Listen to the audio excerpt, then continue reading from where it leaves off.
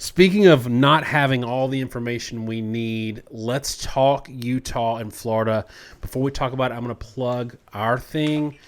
People, if this is your third video watching us this week, I'm sorry, but if you've signed up, then you see how awesome it is already. And if you haven't, then you need to go check it out. collegefootballnerds.com. We launched this week. It's a huge thing for us. Our goal is to have the best statistics platform on the internet for college football fans.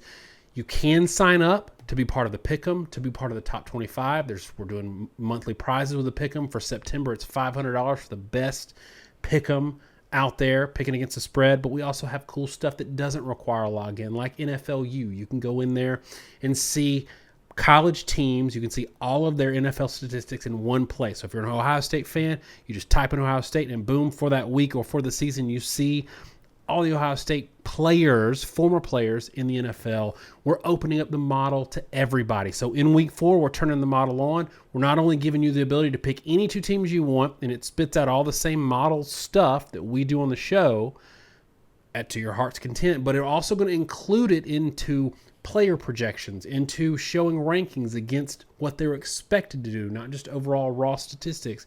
Things that we've loved about this show, we've opened it up to our website to give it to you. Go check it out, collegefootballnerds.com. That's the end of the pitch. Josh, this is the beginning of our talk about Ohio State. Not Ohio State, I just said that.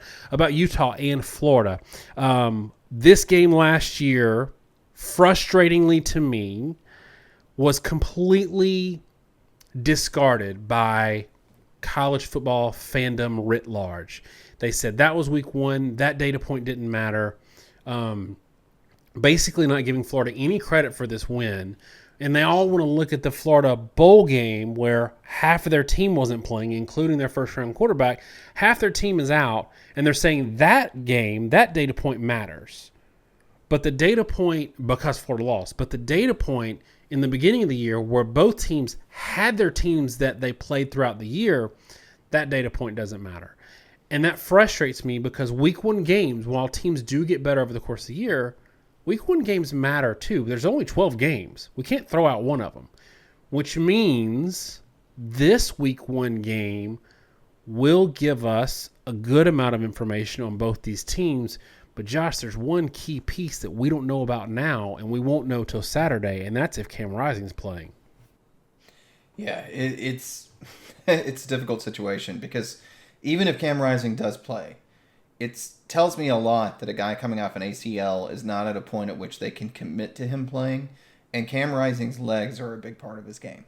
So whether or not he plays, I have to go forward with the assumption that Cam Rising is going to be a limited factor in this game. I still think they're a better football team with him on the field, but they would be a even better football team if he was on the field and healthy.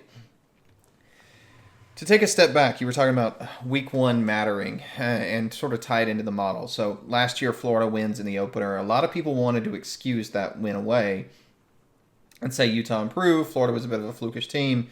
Well, we talked about this model that we're going to roll out in week 4. We always wait a few weeks because we really need data within the year to be able to run the model. And there's some statistics. If you go to our page, again, collegefootballnerds.com, and look at our stats, you're going to see some with a little padlock on them. Those are stats that we can't run until we have a few games data because there are some fancy relational stats we do that talk about relative team strength.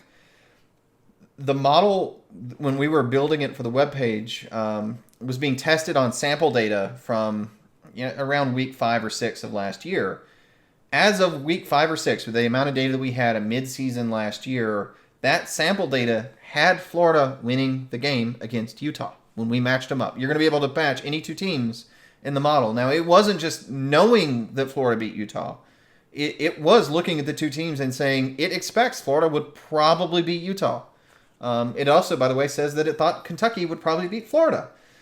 Because it's actually pretty heavily matchup based. It's not just like an overall rating and then comparing ratings. It's actually matching the teams up. So it really wasn't as much of a shock as people want to make it out to be. It wasn't inconsistent with what those teams were. Florida has certain strengths and weaknesses, and those strengths and weaknesses work fairly well against Utah. And so I think it's going to be interesting this year as well to see how these teams do. The problem is that the turnover is so high, it makes it hard to evaluate. I mean, Graham Mertz comes over from Wisconsin, becomes a starting quarterback at Florida. Now, we haven't been particularly high on Mertz at Wisconsin in the past. I don't think many people were. But I want to note there that even despite the fact that he wasn't particularly effective at Wisconsin, he was a 7.5 yard per attempt passer, 19 touchdowns, 10 interceptions, 135 QB ratio.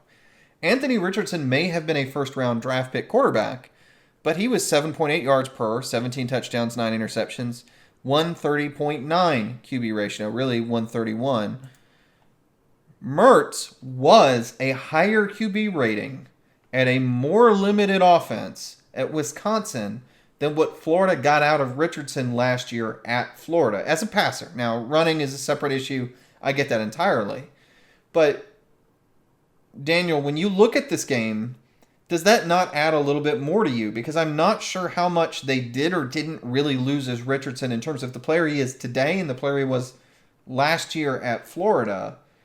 And I don't know if they can take a step forward with Mertz at quarterback because they might in some ways be a less talented team, but they might also be a better team. Yeah, the narrative is the easy, lazy narrative, and we're going to talk about Utah too. So I don't want Utah fans to think that this is going to be the Florida show. The casual, easy narrative is, oh, Florida lost a lot of players on defense, which they lost some key players on defense, which is true. But then say, oh, Florida also lost a bunch of games last year, and they don't have a first-round draft pick quarterback on their team. You can't lose a bunch of games and then lose a first-round quarterback and be better. I disagree because of something that's probably going to make Florida fans a little mad. I think Richardson was an objectively bad college quarterback, and I'm sure this take is going to get trashed, but statistically and performance-wise in the games, other than breaking off a couple of big runs, he was not a good quarterback. Slow reads, interceptions, low yards per attempt, wasting drives. I don't think he was that good. I think that he can be a monster in the NFL. I hope he doesn't start for a couple of years, which the pressure is going to be to start him. I say all that to say neither one of us were ever high on him. And when you have somebody that gets overdrafted, in my opinion, it gives this false impression that you can't replace them. You got to have something special that comes along through recruiting to replace them, and it takes a while. I don't think that's the case. I think that they can actually be better offensively with someone, because everybody knows that even with running quarterbacks, you got to be able to throw the ball, because at some point passing, you need the efficiency of a passing game to win the game. Guys that run like Lamar Jackson can throw it. Lamar Jackson was a crazy deadly passer in college, and that's why he was so good. So I absolutely pick up what you're saying, and I completely agree. I don't know that at least offensively Florida takes a huge step back because they lose Richardson. I actually think they'll be better offensively this year. Defensively, not so much. But will it matter if Cam Rising can't play? Like, could they be even mediocre and still win this game? Yeah, and that's, I mean, that's kind of the question. I mean, Utah does return a fair amount of defensive starters. They did some things in the transfer portal to try to shore up the secondary. They have some all-conference level players and at a couple levels there. Like you got guys like Miles Battle that transferred in as well from Ole Miss to shore things up. So they should be defensively a really good team. But the problem is without Cam Rising at quarterback, I don't know how dangerous the team really is, right? Because their top receiver really was Brant. I'm going to butcher the name, Kuthe, my notes. But he tore his ACL early last year. And they still turned out a pretty good offense, but they never really, I think, found a huge spark offensively. There were times where they exploded, generally through Rising. The running game was good, not necessarily dominant outside him. And if he's not able to go, and again, a big note is it's expected that if he's not able to go, there's a good chance the backup may also not be able to play. Then you start worrying about how much you're going to rely on your defense on its own. And so I think this is a really good Utah team that can be really physical. I think defensively they're going to be really good. But in the opener, that's probably not going to be the real Utah. And it's funny because last year we talked about how that opener probably got discredited more than it should, because like in our model, even over halfway through the year, our model thought that game really was kind of the way it should have played out. Point being, just on paper with those teams and how they did against their opponents and how their opponents did against everyone else, the way our model works, it thought that was an expected result. I don't think that's going to be the case, especially if Rising's not healthy enough to start. But even if he is, he's not going to be the same player he will be by midseason, more than likely. And so this is going to end up being a pretty different team for Utah. I'd like to turn the conversation right now to an aside that's going to make Florida fans really mad at me. You already did your part with Richardson, though maybe not. There's probably enough fans on there that are going to agree with you. I'm going to note recruiting. So this has been a big soapbox of mine with Florida for, 5 years. The problem with McElwain and the problem with Mullen, and it was his problem at Mississippi State too, and I warned about this when they hired him, those guys did not recruit well. They did not recruit well at all. They have a track record of recruiting poorly. And my concern with Florida is this is a team in probably the most talent-rich area in the country, and the reason they've been dominant is they recruit at a high level. And if you throw that advantage away and you don't recruit at a high level within your state, which they have not done, and they've lost a lot of phenomenal players to Georgia and Alabama and Clemson, and that's been a big reason why those three teams have been so good in recent years, then you end up being sort of lost in the desert, as Florida has been. The last three classes from Florida have been ranked 13th, 20th, and 13th in the country. And if you're a Pac-12 fan, that might sound pretty good, but if you're an SEC fan, you know 13th, anything outside the top 10 is really not a high-level class in the SEC. And if you're outside the top 15, with all the talent available in the state of Florida, you're not doing well. For comparison's sake, those two classes, their classes have generally been right there with Ole Miss. So, last three, 21 and 22, they were ranked one spot ahead, one spot behind Ole Miss. It is probably slightly higher than Ole Miss in terms of undergraduate recruiting, though Ole Miss is also supplemented with transfers. So there's an argument that Ole Miss might actually have a more talented roster, top to bottom, than Florida, just on paper. And I think if you're a Florida fan, you need to be extremely patient because last year's recruiting class was pretty good. I think recruiting is going to continue to improve. You generally recruit juniors, not seniors. But you have to accept that Dan Mullen and McElwain before him left the cupboard pretty bare. There aren't that many pieces to fill at Florida. I mean, there's a decent number of holes, but it's not an absolute gouging, I think. You got guys like Shamar James that I think are really good players and are going to be able to turn into more of a role. I'm concerned about all the guys that we don't know their names because this is probably going to be on the lower end of top to bottom talent the Florida's ever had, and I think probably the lower end that they ever will have. And that, to me, is the biggest story because even if Cam Rising's not there, there's a real chance defensively and offensively Utah might be able to push Florida around a little bit. And that, I think, is the reason why Florida's currently favored 6.5. And the over-under, I'll say, is 45.5. So they have this as a low-scoring game with Utah being favored by about a touchdown. Yeah, I think that the weather or the elevation might change things a little bit too. That's tough. Like if you've got a team that's got more depth and is maybe a little more physical than you, which Utah is a physical team. Like I think that they do a good job with that, maybe more so than a lot of their other Pac-12 counterparts. That might be enough if you're not getting what you need from quarterback. So I think that for me, the question is really just Cam Rising. And I think that this 7-point Utah favorite, 7-point spread indicates that Vegas probably thinks he'll play. I think that without him playing, they might still have them favorited because of the fact that it's at Utah and because of the fact that that Florida's got some new faces everywhere. But I agree with you on Napier's, really hitting it on the recruiting side of things. You called it right with Mullen. Even when you said that, you're like, when Mullen went to Florida, you're like, I love the guy as an offensive mind. I can't stand the fact that he can't recruit. And yes, it's harder to recruit at Mississippi State than it is at Florida, but the signs were there. So I think that's pretty interesting. All right, give me kind of one maybe note on this game in terms of the over-under? Let's kind of live there for just a minute. 46.5. What do you think Vegas is telling us there? Yeah, so it's 45.5. Well, anytime you want to break down the projected score of the game from Vegas, basically take the over-under, split it in half, and then spread it out by the spread. So take 45.5, split that in half. You're looking at a, what is that, 22.75 per team game.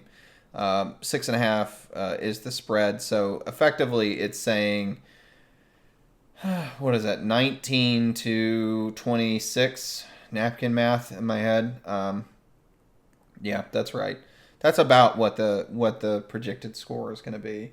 That's saying this is going to be a low scoring game. It's saying the fact that if they hit the over under in the spread, they don't think Florida is going to score much more than 20 points. In fact, that Vegas is almost hedging that they don't score 20. But it's also saying that they don't think even the team that wins is likely to win by that much, is the impression I get. So, yeah, reasonably low-scoring game. Maybe the potential for one team to run away with it more than the other. But when you look at these two offenses, given the fact that they have so much turnover, again, like offensive lines really being rebuilt for Florida too, and the rising injury, it's not shocking. In an opener, we talked about this before with LSU, often you see the offenses being a step behind the defenses. You have time to prepare, but offenses often are predicated on rhythm, so they don't start the year very strong for anyone. I think Vegas sees that this is a pretty low-scoring game. I think Vegas sees Utah as being the better team by a fair margin. But as we always talk about, anytime you have a score under about 24 points, anytime scores are under 24 points, anyone can win. Because at that point, you're just talking about a couple big plays, hitting or not hitting, right? Whether someone catches or drops a deep pass often is going to decide the outcome of the game. Who dives on a fumble is going to decide the outcome of a game. Those are pretty random events. So Utah has the edge in Vegas' eyes, but I think they also see this as a pretty unpredictable game and a low-scoring one. All right, I'm ready to give a pick on this one. If Rising plays, I'm going Utah 31, Florida 20. I do think he's a good quarterback, and I think that even if you take some of his running game away, just his leadership and his experience, and where they are, maybe, at home with elevation, I like them to win. If he doesn't play, I got Florida 27, Utah 20. I think that struggling potentially with a third-string quarterback is going to lead to short fields for Florida, and it's going to make things a lot easier on Graham Mertz over time. The dam's just going to break. They're going to get some easy points out of it. So give me yours with and without Cam Rising. Well, I was going to give you one in general. I think with Cam Rising, I agree with you. I'm actually going to take a step back. I'm actually just going to say 27-24 regardless, because I think even if Cam Rising plays, the truth is, if he's that close to not playing, I don't think we're going to see the real Cam Rising. I don't think we're going to see him for another month or two. If he doesn't play, there's a good chance that Florida might win this game just because Utah's offense could be that out of sorts. I mean, they may be in a situation where when you're on your third or fourth string quarterback, he probably hasn't gotten much reps. The backup got knocked out in fall camp, so they haven't been expected to have the third quarterback ready, really. Sometimes it really just derails you offensively. So, yeah, if he isn't available, maybe I would say 21-17 Florida. But in general, my real pick here is 27-24 Utah. I think they're going to struggle a little more than anticipated with Florida overall due to the Cam Rising situation and the fact that I think Mertz may be more consistent, if certainly less explosive, but more consistent offensively to put some points on the board. And there are a lot of other things going on here, right? We didn't talk about Florida's offensive line. Heavy turnover, which I mentioned, but there's a ton of transfers. A ton of transfers in the offensive line. Some people think they've actually upgraded at offensive line despite losing starters. But then I dig into detail further, and I've heard projected that Damian George might start for right tackle. Transfer from Alabama. I remember that name because when I remember watching the Iron Bowl and talking to Daniel about their right tackle really struggling in Alabama and that being a big story in that game. Well, George was the right tackle at Alabama that played a few games when they got injuries in 2021 that I thought was so bad, and I had to go back and confirm that, but he is. And that's one of the things I wanted to note in the preview. So I'm really up in the air with this transfer situation and all the turnover. They're guys that are getting hyped on all these teams as transfers to improve a roster, some of which I think could be really good, and I think some of which we're going to find out aren't very good. And even there, I say George, a lot of people think he'll start, and there's probably going to be Florida fans telling me in the comments, oh, as of the last practice or as of camp 2 weeks ago, he hasn't even in the 3 deep. I don't know. And so just like every game in week 1 in transfer portal world, it's hard to project these teams. And I do think Utah is the better team in theory, but I don't think we're going to really know what either one of these teams are until we see them, especially with the injury situation and the transfer situation and everything put together. I was just making a joke about the third string offensive tackle, and you actually went to potentially Florida's third string offensive tackle. Anything else on this one before we wrap it up? I don't think so. I mean, we could try to talk, but I feel like we've gone way past anything I know for sure, and anything past this point is I'm just going to have to see on the field. Yeah, that's the thing with us. Like, we're so data-driven that we want to see some games and have something to talk about before we – like, right now it's just guessing. Everybody's guessing. If anybody tells you they know better, then they're just – if they end up being right, they're just lucky. All right, speaking of being lucky, collegefootballnerds.com, win that $500, get on that pick'em. And then the best part about the pick'em isn't even the money. It's the fact that you can – the better you do – the more weight your entry in our top 25 that starts in week 4 carries for our overall Nerd Nation top 25. And thanks so much, like y'all, and for hanging subscribe, with guys. Like and subscribe. See, Josh is right. He keeps telling me that I need to remind you to like and subscribe. He's going to do it because I forgot. Go ahead. Yeah, just like and subscribe, guys. I mean, we're constantly trying to drive our numbers. If you like our content, if you want to see us doing more of your videos, the more you like and subscribe yourselves, the more you click that notification bell, comment and when you see it, share the video, put it on forums for your sports team, wherever you talk football. That stuff helps us a lot because YouTube is a vicious beast and an algorithm that likes to share content that other people are sharing. So the more that you guys do to engage with us, the more our stuff's going to be popular and the more people you'll have in the videos to comment with and talk about football. Thanks so much, y'all. Like and subscribe. Have a great week. God bless.